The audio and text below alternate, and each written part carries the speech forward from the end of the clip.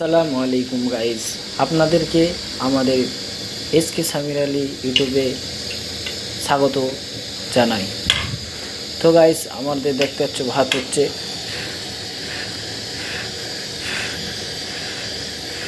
তো ভাতটা হয়ে গেলে আমরা তরকারি রান্না করবো। গ্যাসটা একটু আস্তে করে দিতে হবে গাইজ। এই গ্যাসটার নিয়ম একটু ঠুকে দিলে গ্যাসটা বেড়ে যাবে। তো দেখতে পাচ্ছ গাইজ, আমাদের ভাত হয়ে এসছে ফাইনালি। ভাতটা হালকা হালকা হয়ে এসছে, কিন্তু হালকা শক্ত আছে। তো ভাতটা হয়ে যাক, তারপরে আমরা দেখাচ্ছি। তো ফাইনালি গাইস, দেখতে পাচ্ছ এখানে আমাদের রাখা আছে আলু এবং পেঁয়াজ, তারপরে রাখা আছে মুরগির মাংস। তো গাইস, নতুন কড়া আছে, নতুন কড়া থেকে এখানে রান্না হবে, এতে রান্না হবে। তারপর দুটো চামচ আছে। তারপর এখানে রাখা আছে মশলাপাতি এবং লঙ্কা গুঁড়া, হলুদ গুঁড়া, তেল, তো আরও অন্য অন্য অনেক কিছু রাখা আছে। তো চলো আমি ভাতটা দেখি।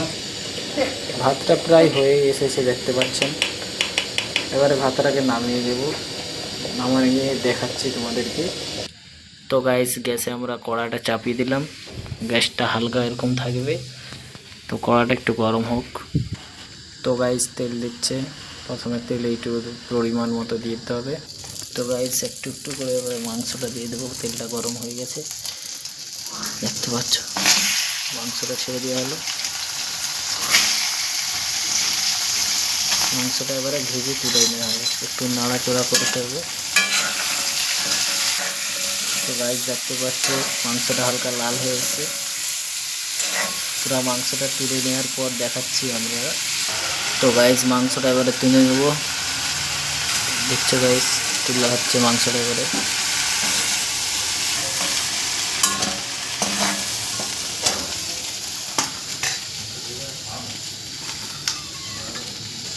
তো দেখতেই পাচ্ছ মাংসটা ভালোভাবে লাল হয়ে গেছে। এবারে দিয়ে যাচ্ছে আলু। একটু পরিমাণ মতো নুন দেওয়া হবে। তো আলুটাকে একটু নেড়ে নেওয়া হবে, যাতে আলুটা লাল হয়। তো ফাইনালি গাইস, আলুটা হালকা হালকা করে লাল হয়ে এসছে। তো আলুটা এবারে হয়ে গেছে, আলুটা তুলে নেব।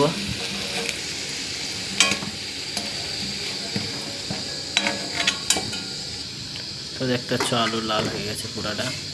এবারে আমরা দেবো তেলের উপরে পেঁয়াজ। পেঁয়াজটা দেওয়ার পর দেখাচ্ছি। পেঁয়াজটাকে নেড়ে নেবো একটু। দেখতে পাচ্ছি পেঁয়াজটা লাল হয়ে এসছে। একটু তেল দিয়ে দেবো আমরা। একটু নাড়াচড়া করে দিতে হবে, যেন পেঁয়াজটা ভালোভাবে লাল হয়ে যাবে। দেখছো পেঁয়াজটা খুব লাল হচ্ছে। দেখতে পাচ্ছ পেঁয়াজটা হালকা লাল হয়ে গেছে। এতে একটু জল দিয়ে দেবো। জল দিয়ে নাড়াচাড়া করে দেবো। তো একটু হলুদ গুঁড়া, দু ছুরি এক চামচের মতো, এটাকে নাড়াচড়া করে নেব। পরিমাণ মতো জিরা, ব্যাস এতটা হলে হয়ে যাবে। আবার একটু জল দিয়ে দিলাম। দেখতে পাচ্ছ কালারটা মাশাআল্লাহ হয়েছে। আদা রসুনের পেস্ট একটা দিয়ে দেবো, যেটা 5 টাকাওয়ালা পাওয়া যায়, দেখতে পাচ্ছ। তো এই পেস্টটা দিয়ে দিলে একটা মাংস 250 মাংসতে একটা দিলেই যথেষ্ট। দেখতে পাচ্ছ কত সুন্দর। লঙ্কা দেবো একটুকু পরিমাণ মতো, নুন দিয়ে দিলাম একটুকু। তারপরে দেবো মাংসটা।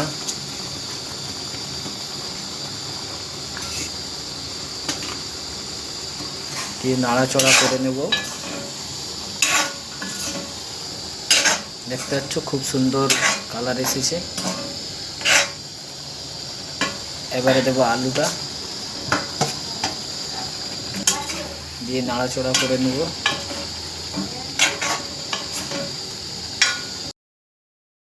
মাংসটা নাড়াচড়া করে নেওয়ার পর দেখতে পাচ্ছ লাল, খুব সুন্দরভাবে লাল হয়ে গেছে।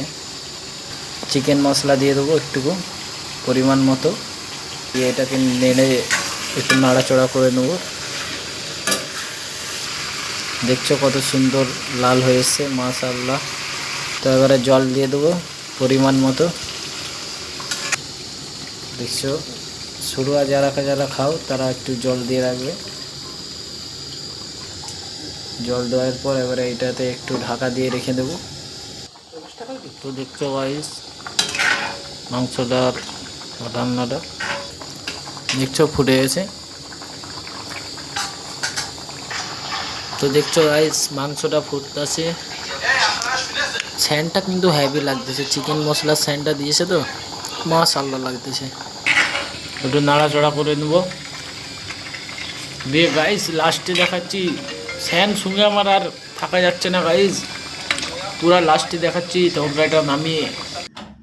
তো ফাইনালি গাইস আমাদের তরকারি রেডি, একবারে দেখতে পাচ্ছ পুরাই রেডি। এবারে খালি খেয়ে টেস্ট করে বলবো যে কেমন হয়েছে খাবারটা।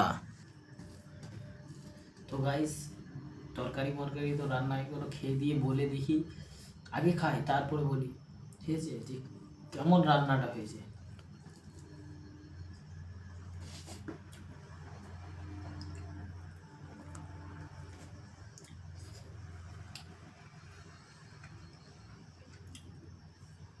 মাশাআল্লাহ এত সুন্দর রান্না, মাশাআল্লাহ। তোমরা বাড়িতে ট্রাই করে দেখবে অবশ্যই, কেন যারা মানে প্রবাসে বা 2 লোক 3 লোক মিলে আসো এরকম রান্না করে দেখবে, মাশাআল্লাহ লাগবে।